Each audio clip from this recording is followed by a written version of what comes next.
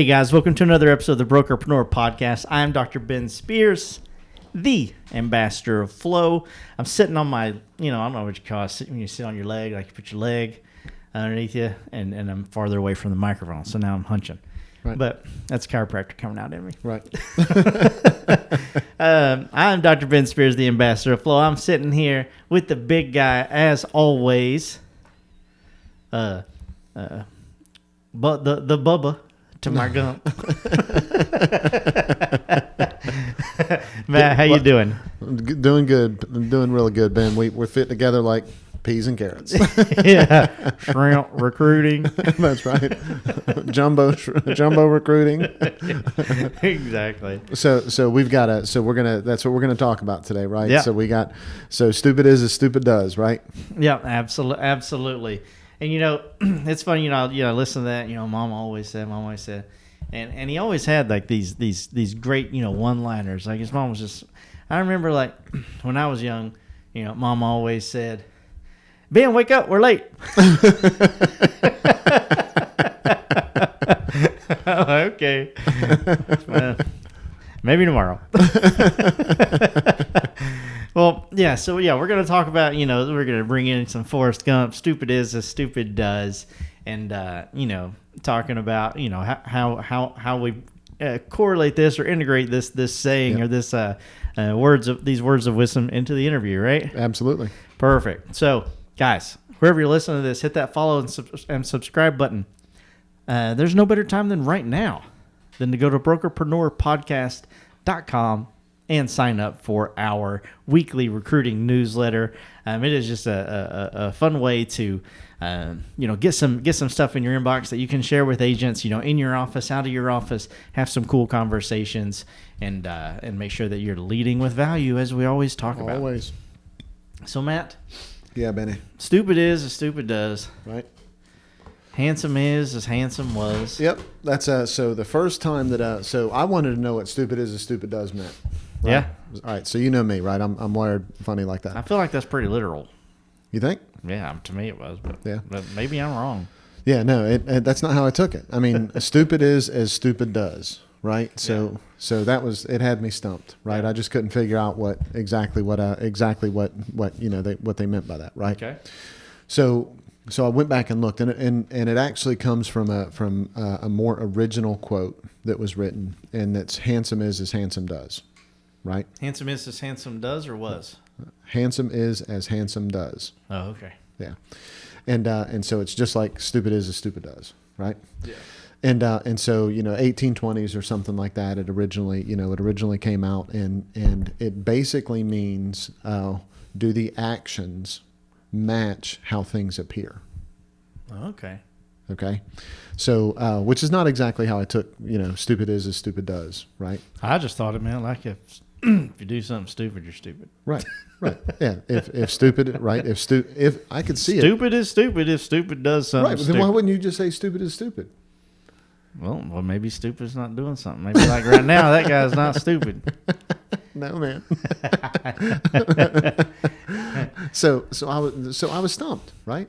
Yeah. And so so I read that, and of course me, everything is real estate to me, mm-hmm. right? So I was like, well, how many times in recruiting has somebody showed up and not been what you thought it was? Or how many times did you hire an agent and I've joked about this, right? I've almost not hired people. I was like, there's no way, that they're just gonna be able to do what it is that we're talking about doing, and they're not gonna have the discipline to get it done and all that kind of stuff and everything. Yeah. And something would spark, and I'd go, okay, well, let me give them a try, and they crush it. Yeah. And then there's other people, man, that just had everything, right? They had all of it, right? They had the sphere that was going, I'm ready to do business, waiting for them to get their license. And they were, they had sales background, and they had time, and they had, the resources to not be pressured to have commission breath and all that kind of stuff, right? They were all just ready to go. Flop. Yeah. I mean, just right. And so so that's what I was thinking is as soon as I kind of got my head around handsome is as handsome does, right? Yeah. I was like, oh shit, that makes sense, right? I mean, that's, how many times have there been somebody that showed up that I thought they were going to be a certain way, right? Somebody could have referred them to me. Hey, Matt, so-and-so's getting in the business. They did medical sales, or they did, they did this for however long, or they did that, or they know everybody in town and all that. And I'm like, okay, they're going to be really good. And then we sit down and they're like, oh yeah, well, this is, I love this. And, my sales background, I've done this. And I really think that this is, and I'm like, oh my gosh, yeah, sign here, right? Oh my gosh, this is going to be great. And then you chase them for, 6 months of them not doing anything, and you're finally like, get the hell out, right? Like, how can I have been so wrong? Yeah, how can I have been wrong? So do they match, right? And so how do you know? I mean, that's really the question, right? How do you get to the bottom of it whenever you're going through all of those things? So this is what I wanted to kind of touch on a little bit today. Okay. So a big part of how do you know is running a good interview. Okay. Yes. All right. So we know that, right? We're not going to belabor that. Right. Okay. Right. That's a whole nother 58 podcast. But I think one of the things that I would look at to begin with is look at the source that what you think number one. Right. Is it a reliable source? Yeah. Okay. And then how well vetting it, or how well have you vetted that source, and how many of those sources are there? Yeah. So if one person comes in and says, my gosh, this person knows everyone in town, right? And they're just gonna crush it in real estate. How well vetted is that? Okay. Not saying that agent that told you that is a liar, full of crap, or whatever. Yeah. Okay. That's not what I'm saying. But go ahead and vet it.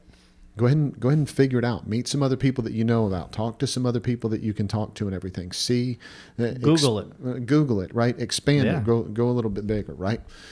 The other thing that I think is really dangerous, right? And I talked to somebody today, right? Somebody that's exploring some services that we've got and seeing if they're a good fit for them. And they said they were struggling with recruiting. Mm-hmm. Okay. And when they said they were struggling with recruiting, I said, well, which part? And they said, well, we had a whole bunch of appointments set up, but I just felt like I was spinning my wheels. Yeah. Right? And I said, well, at what point did you realize you were spinning your wheels? And she said, well, what do you mean, what point? And I was like, well, did you go through 5 interviews with them and right? Or did you hire them and figure out? Or did they walk in the front door and you're like, oh my gosh, this person's never going to be a fit? Or did you get halfway through the interview and then they just say something that's so stupid, you're like, oh my God, get out, right? At what point did you notice that?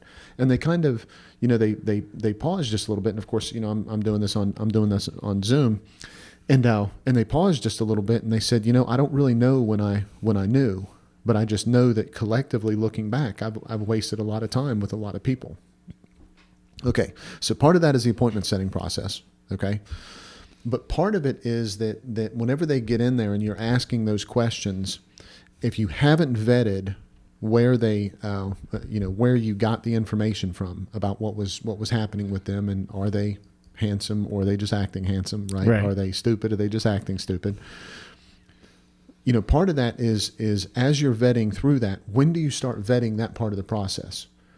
So what a lot of people do, like the person I was just talking about, they base it on transactions, right? Gotcha. So they say, my agents have this much productivity, and so I want other people that have that same amount of productivity. That doesn't mean they're going to match. Yeah, for sure. Right? I mean, that's absolutely. so far from it. So let me give you a real life example here. So let's say that somebody has 50 transactions a year. There's 2 agents that have 50 transactions a year. They both do it all themselves. They have one administrative person. Both of them have one administrative person. One of them does 50 transactions a year and they're all listings. Mm-hmm. One of them has 50 transactions a year and they're all buyers. Yeah. Do those agents conduct their business the same way? Yeah, not even the same. Nowhere near it. They should probably know each other, though. They should probably know each other for sure. Hell yes. But that's what we run into, right? We go, ooh, 50 units, right? We get 50 transactions here. Let me go hire that person. They got this much volume. They're doing 200 million a year, or whatever it is that whatever it ends up being, and you take a step back, and as you're going through the conversation with them, you realize when you really start to dig in to what are those 50 transactions, right? You're filling out the paperwork, everybody's getting ready to sign it, and you say, well, so where do you get your business from, right? And they say, oh, well, I get my business from relocation. And you're like, oh crap, we have a relocation contract with the one that competes against this person that's sitting here.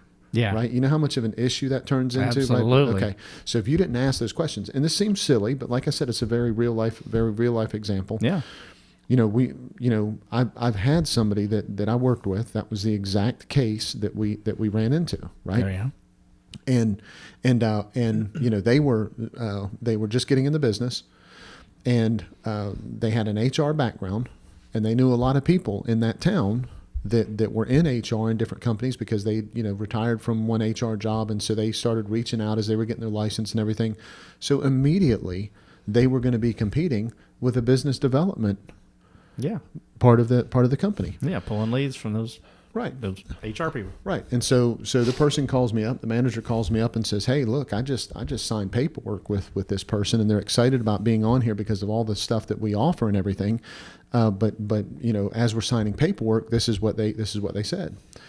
And I said, "Well, you didn't think to ask how they were planning on generating business as you were going through the interview process? That never came up?"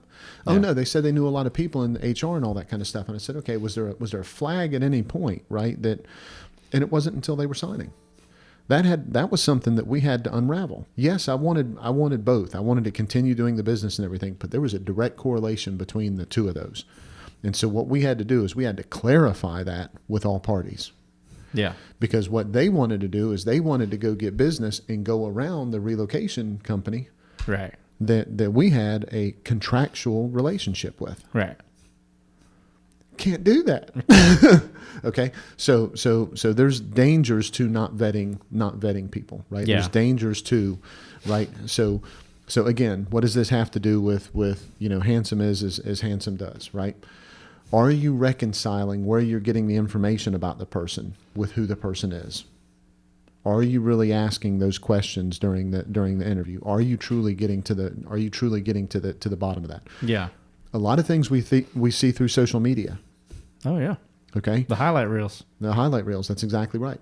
So what is it that you're determining, and how and when are you determining in your interview who's going to be a good match? Because I have brokers all the time that I talk to, and they're like, "Well, I can't believe, this agent went over there and somebody else moved, and I talked to them and they didn't come to me," and all that kind of stuff. Okay. So did you not present that you were a good match? Okay. Yeah. Or are you not a good match? Yeah. You have to get to the bottom of which of those that it is. One is a skill set, right? And the other is about being authentic. Right. Okay. So you have to be what you are.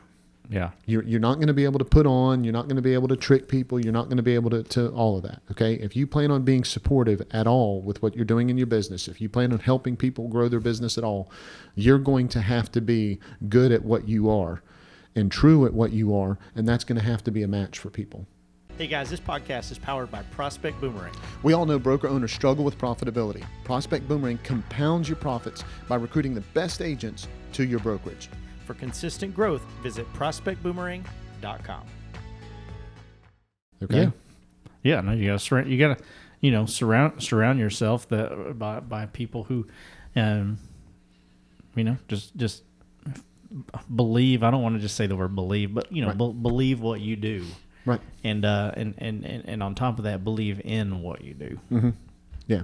Yeah. You don't want to end up with somebody that's not a good match for what you are, because that splinters, we talked about this all the time, right? Yep. That splinters your culture. As soon as it starts splintering your culture, Kiss of death. Yeah. It is. Yeah, absolutely.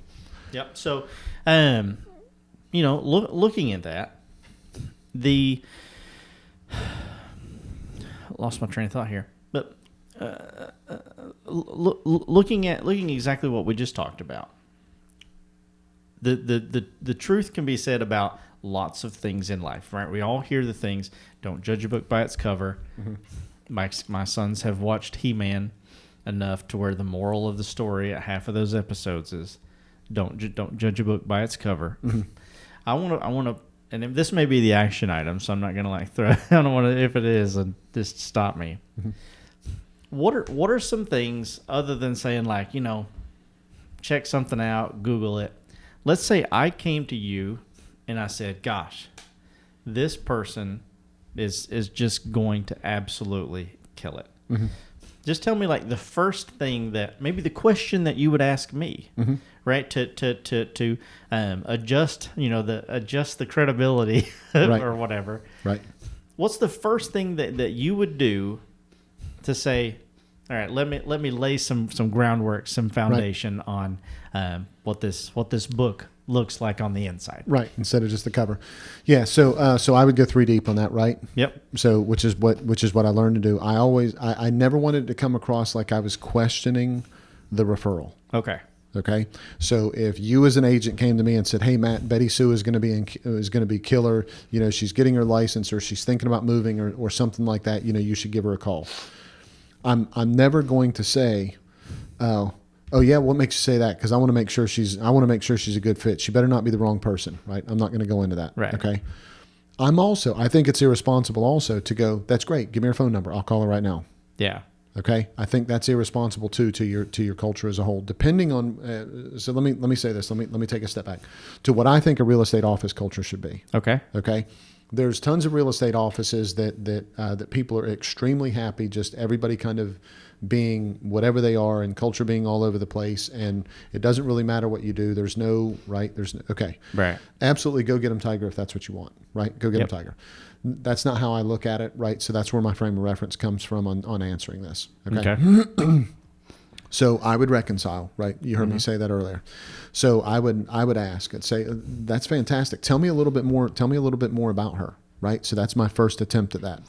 And then you would say, "Oh, well, she knows this person and they know this and she grew up here and she's really whatever." And a lot of times the agent will give you some context. And as they give you that context, then you can say, "Well, tell me a little bit more about that." Or how do you know her? Or what was her previous business and how do you think that's going to help her with real estate? Get the person to lean into answering why they feel that way. Gotcha.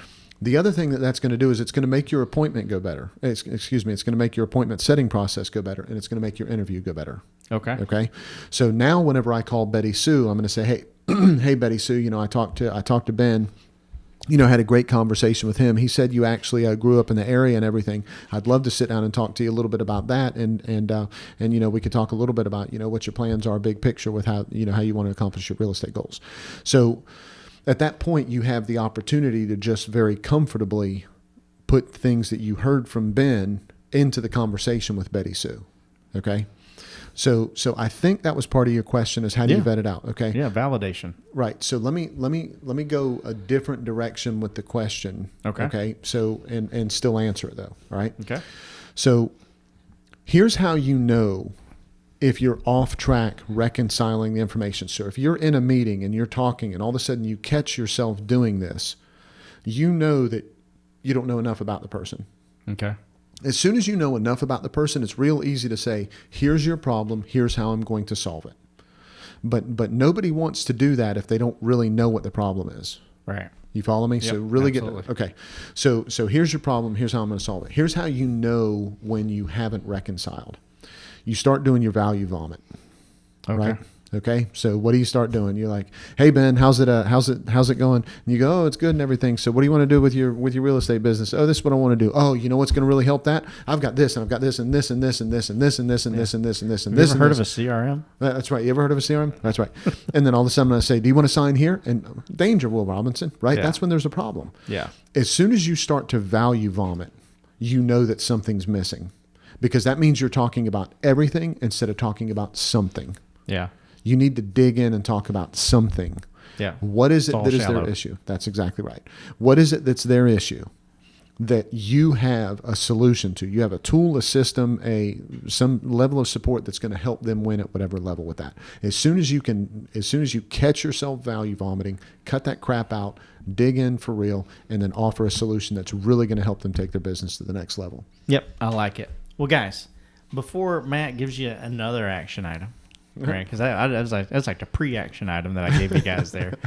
I don't know how I just forgot that question. I was like, at the beginning of the podcast, I get these things in my head like, I don't want to interrupt what he's saying. I don't want to interrupt what he's saying, but I got a good question. And then you stop, and I'm like, what in the world was I saying? See, if it was me, I would just forget I even had a question. Yeah, no, I can't do that. Right? When I want to figure something out, and I'm like, man, like I need to know this. Then it eats way up. Well, see, there you go. See, I think I've got everything figured out. Yeah, so that's the problem, right? And I feel like I've got nothing figured out. Again, peas and carrots. Yep, exactly. shrimp sandwich. So guys, wherever you listen to this, whether it be iTunes, Spotify, Stitcher, Deezer, on a shrimp boat, hit that follow button. If you're watching us on YouTube, hit that red subscribe button, that bell right beside it. You get notified every time we drop a new episode. Go check out prospectboomerang.com and see all the things that Matt and I have to help you not only with agent productivity, but also growth of your company, obviously, through recruiting. We have something for every phase and every stage of business that you're in, because we just want to be part of your win. Matt, hit us up with an action item. So look at your last 3 interviews that were non-hires.